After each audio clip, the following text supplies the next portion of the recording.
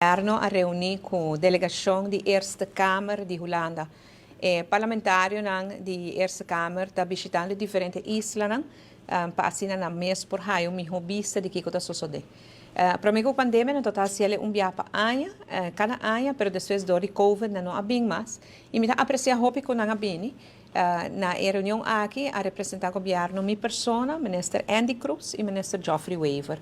Nós três estávamos em Nang e me apresentar agora que está o reto que o governo de Aruba está enfrentando. Minha papi de situação financeira, com verdade, prometo Covid, como se vai hobby bom, porque o parlamentário aqui de Eerste Kamer acorda ainda. Mal manejo financeiro que estava tendo o governo prometo nós. Nós me explicarão também que nós chega no surplus net prometo Covid, lamentavelmente Covid vai com esse.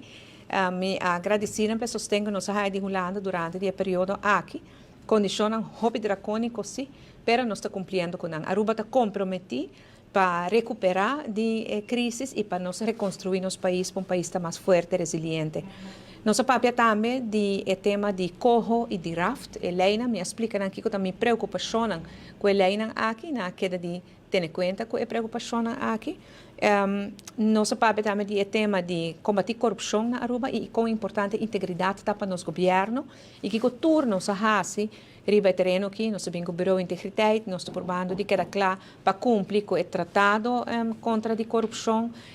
Também a lei de iniciativa com a bingo do Parlamento, com a lei de screening, lei de financiamento de partido não político, a papel de ombudsman, não queda hope contento com a informação que finalmente nós toca também o tema de crise Venezuela e o impacto que a crise interna de Venezuela tem no nosso país.